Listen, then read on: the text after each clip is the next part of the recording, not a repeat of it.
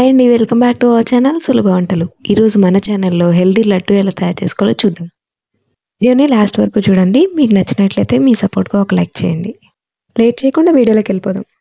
కడాయిలో పావు కప్ వేరుశనగ పప్పులను వేసి లో ఫ్లేమ్‌లో ఇలా దోరగా ఫ్రై చేసుకోవాలి. ఇప్పుడు అదే కడాయిలో 1 కప్ నువ్వులను వేసుకొని చిటపటలాడేదాకా వేయించుకొని పక్కన పెట్టుకోవాలి. నేను ఇక్కడ మెజర్‌మెంట్స్ అన్నీ ఈ కప్‌తో తీసుకుంటున్నానండి. ఒక మిక్సీ జార్ తీసుకొని ముందుగా మనం వేయించి పెట్టుకున్న నువ్వులు వేసుకొని అలానే పల్లీలు కూడా వేసుకోవాలి. నేను ఇక్కడ పొట్టుతో పాటు వేస్తున్నానండి. మీకు నచ్చకపోతే పొట్టు తీసుకొని వేసుకోండి. దీంట్లోనే హాఫ్ కప్ నల్ల బెల్లం వేసుకోవాలి. మీ దగ్గర నల్ల బెల్లం లేకపోతే మామూలు బెల్లమైనా వేసుకోవచ్చు. 4 ఇలాచి, చిన్న ఎండు కొబ్బరి ముక్క వేసుకొని ఇలా వీడియోలో చూపించినట్టు పౌడర్ చేసుకోవాలి. నల్ల బెల్లాన్ని తాటి బెల్లం అని కూడా అంటారు. ఇది మన హెల్త్‌కి చాలా మంచిదండి. దీంట్లో ఐరన్ ఎక్కువ ఉంటుంది.